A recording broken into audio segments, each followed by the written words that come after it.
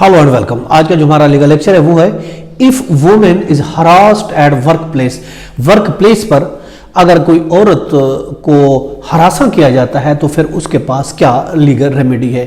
یعنی وہ خواتین، نوکری کرنے والے خواتین کو دفاتر میں اگر اس کو ہراسمنٹ کیا جاتا ہے تو خاتون کیا کرے.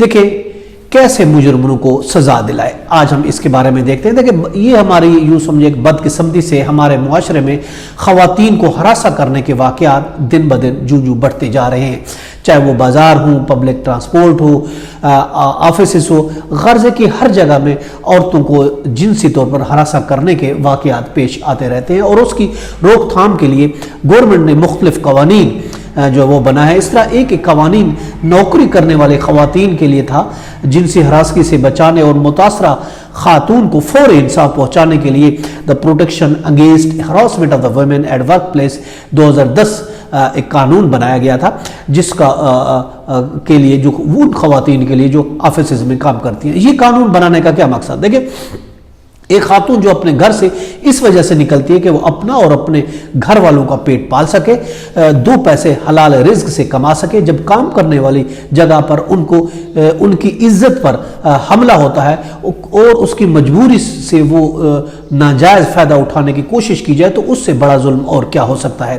اب ہونا تو یہ چاہیے کہ دفاتر میں کام کرنے والے خواتین کو ان کے جو سینٹرز ہوتے ہیں ان کی جانب سے یا ان کے جو ہیڈ ہوتے ہیں ان کی جانب سے پروٹیکشن ہونی چاہیے تھی، مگر ایسا نہیں ہے. اس کے الٹ ہوتا ہے، بلکہ جو اس کا باس ہوتا ہے یا اس سینٹر میں دوسرے آفس میں کام کرنے والے دوسرے کولیگز ہوتے ہیں ان کی طرف سے متعدد ہراسمنٹ کے واقعات پیش آنا شروع ہوگا، جس کی وجہ سے یہ قانون بنایا گیا تھا.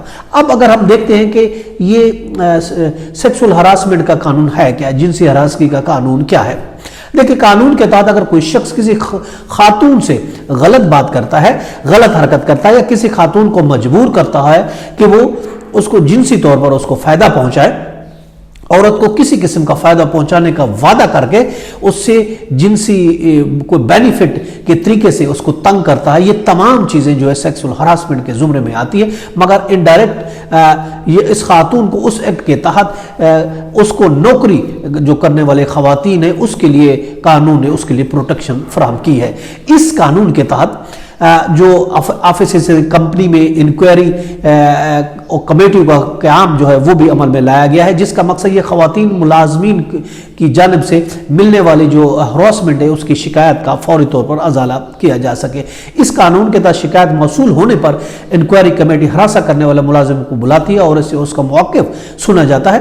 اگر انکوائری کمیٹی اس کے سامنے یہ چیز ثابت ہو جاتی ہے کہ فلاں ملازم کی جانب سے اس خواتین کو سیکسول ہراسمنٹ کیا جا رہا ہے تو کمیٹی اس ملازم کو نوکری سے بے دخل کر سکتی ہے، نوکری سے نکال سکتی ہے. اور اس کے علاوہ جو ہے متاثرہ خواتین ہیں وہ وفاقی محتسب کے پاس بھی وہ کمپلین کر سکتی ہے اور انکوائری کمیٹی بھی اس کی شکایت وہاں لے جا سکتی ہے محتسب کے خلاف. اور اس کے علاوہ اس خواتین ایف آئی آر بھی اگر وہ کرنا چاہے ایف آئی آر بھی اس کے خلاف لانچ کرائی جا سکتی ہے تعزیرت پاکستان کے سیکشن 509 پی پی سی کے تحت. لیکن دفاتر کے علاوہ اگر خواتین کو باہر کہیں کسی بھی جانب سے اگر ہراسمنٹ کیا جاتا ہے تو پھر اس کو کیا کرنا چاہیے. اگر ہم اس کے بارے میں دیکھتے ہیں تو اس صورت میں اگر ہم دیکھتے ہیں کہ دفاتر کے علاوہ اگر کوئی شخص کسی عورت کے کپڑے اتارتا ہے یا اس خواتین کو غیر اخلاقی اس کا فوٹو انٹرنیٹ پر لگاتا ہے تو ایسے شخص کے خلاف بھی قانون طور پر ایف آئی آر درج کرائی جا سکتی ہے. اس جرم میں اس شخص کو عمر قید کی سزا عمر قید کی سزا سے لے کر 2 سال 3 سال تک اس کو سزا دی جا سکتی ہے.